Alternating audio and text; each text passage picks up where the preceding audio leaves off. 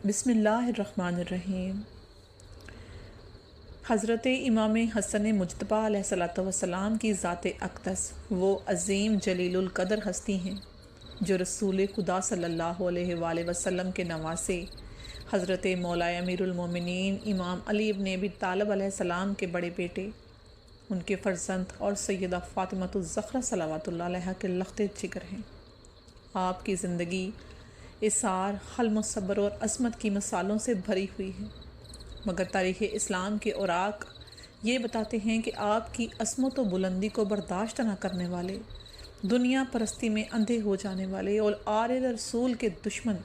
طاقتور گروہ نے بالآخر وہ سانحہ برپا کر ہی دیا جس کے ذریعے آپ کو زہر دلوائی گئی، آپ کو شہید کروایا گیا۔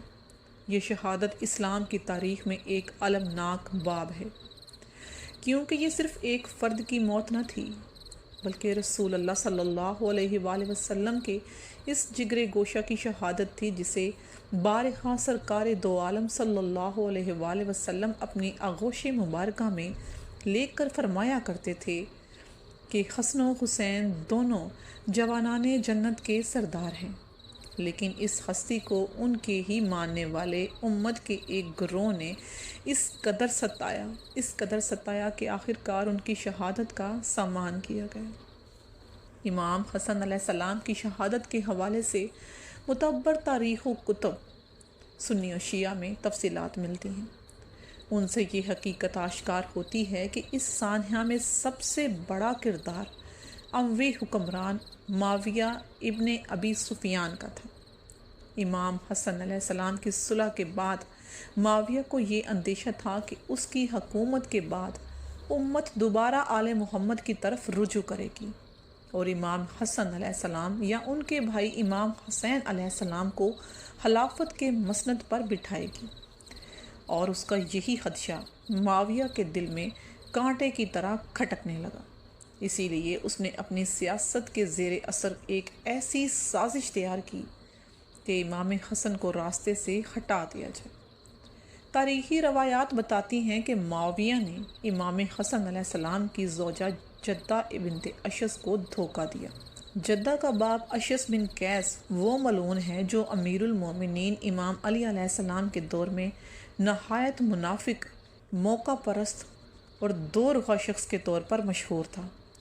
اسی اشس کندی کی بیٹی جدہ کو معاویہ نے پیغام بھیجا اور کہا کہ اگر تم حسن ابن علی کو زہر دے کر قتل کر دو تو میں تمہیں اپنی بیٹی یزید کے ساتھ بیاہ دوں گا اور ساتھ ہی تمہیں مال و دولت سے بھی نواز دوں گا۔ جدہ جو دل میں امام حسن علیہ السلام سے بدگمان رہا کرتی تھی، دنیاوی لالچ میں اندھی ہو چکی تھی۔ اس نے معاویہ کے اس فریب پر یقین کر لیا اور زہر دینے پر آمادہ ہو گئی۔ معاویہ نے نہایت زہریلا اور خطرناک زہر جدہ کے حوالے کیا۔ السلام کی زوجہ جدہ نے دنیاوی لالچ کے زیر اثر یہ بیانک قدم اٹھایا اور امام حسن علیہ السلام کے کھانے یا مشروب میں وہ زہر کو ملایا جو انتہائی قاتل زہر تھا۔ جب امام حسن علیہ السلام نے وہ تناول فرمایا تو آپ کے جگر کے ٹکڑے ٹکڑے ہو کر منہ سے باہر آنے لگے۔ تاریخ بتاتی ہے کہ آپ مسلسل کئی دن تک شدید درد و الم میں مبتلا رہے، اور جب جگر کے ٹکڑے آپ کے دہن سے نکلتے تو آپ فرماتے کہ یہ معاویہ کی سازش ہے۔ آپ کے آخری ایام نہایت صبر و سکون میں گزرے، مگر آپ کے اہل بیت اور آپ کے چاہنے والے سخت غمگین تھے، کیونکہ سب کو معلوم تھا کہ یہ زہر کس نے دلوایا، کس نے دیا اور کس کے حکم سے دیا گیا۔ امام حسن علیہ السلام نے اپنے بھائی امام حسین علیہ السلام کو وصیت کی کہ میرا جنازہ رسول اللہ صلی اللہ علیہ وآلہ وسلم کے روضہ کے قریب لے جانا تاکہ تجدید عہد ہو سکے، مگر اگر اہل ظلم و نفاق مخالفت کریں تو جھگڑا نہیں کرنا اور مجھے جنت البقیع میں خاموشی سے دفن کر دینا۔ جب امام حسن علیہ السلام کی روح پرواز کر گئی تو مدینہ بھر میں ماتم کی کیفیت چھا گئی۔ بنی ہاشم کے گھر سے چیخو پکار کی آوازیں آنے لگیں۔ امام حسین علیہ السلام نے آپ کو غسل و کفن کے بعد جب جنازہ تیار کیا تو اہل بیت نے جنازہ رسول اللہ صلی اللہ علیہ وآلہ وسلم کی طرف بڑھایا۔ مقصد یہ تھا کہ امام حسن علیہ السلام کی وصیت کے مطابق کچھ لمحوں کے لیے آپ کے جسم مبارکہ کو نانا کے جوار میں رکھا جائے، مگر جیسے ہی جنازہ روزے کے قریب پہنچا تو وہاں اموی عناصر موجود تھے جنہیں مروان بن حکم نے پہلے سے تیار کیا ہوا تھا۔ مروان اس کے ساتھیوں نے شور مچایا کہ مولا حسن کو روزہ میں دفن نہیں ہونے دیں گے۔ اسی وقت حضرت عائشہ بھی ایک اونٹ پر سوار ہو کر آئیں اور سخت الفاظ کہے کہ یہ جگہ رسول اللہ کی ہے، یہ جگہ ابو بکر اور عمر کی ہے، یہاں میں دفن ہونے کی حقدار ہوں، حسن ابن علی نہیں۔ حالانکہ یہ حقیقت ہے کہ امام حسن علیہ السلام رسول خدا کے نواسے، ان کے جگر کے ٹکڑے اور آپ کی نسل پاک کے وارث تھے، مگر سیاسی دشمنی اور اموی اثرات نے اس وقت ایسی صورتحال پیدا کر دی تھی کہ امام حسن علیہ السلام کے جنازے پر تیر برسائے گئے۔ تاریخ لکھتی ہے کہ اس وقت 60 سے زیادہ تیر جنازے میں لگے اور تابوت خون آلود ہو گیا۔ مولا امام حسین علیہ السلام اور اہل بیت کے جوانوں نے تابوت کو تیروں سے بچایا، مگر یہ واقعہ تاریخ کے بدترین مظالم میں شمار ہوتا ہے کہ نواسہ رسول خدا، جگرے گوشہ رسول خدا کے جنازے پر تیر برسائے گئے۔ جناب بی بی زینب صلوات اللہ علیہا اور دیگر خواتین اہل بیت نے جب یہ منظر اپنی آنکھوں سے دیکھا تو ان کے چیخو پکار بلند ہو گئے اور مدینے کا آسمان غم سے لرز اٹھا۔ امام حسین علیہ السلام نے اپنے بھائی کی وصیت پر عمل کیا اور مزید جھگڑے کو روکنے کے لیے جنازے کو واپس لے گئے، اور آپ علیہ السلام کا جنازہ آپ کو مدفن کیا گیا جنت البقیع میں۔ اور یہ وہ لمحہ تھا کہ جب بنی ہاشم کا دل خون کے آنسو روتا تھا کہ ایک طرف رسول کا نواسہ جس کی قبر کو نانا کے پہلو میں جگہ نہیں دی گئی، اور دوسری طرف وہ بقیہ ہے جہاں آج بھی اہل بیت کی قبریں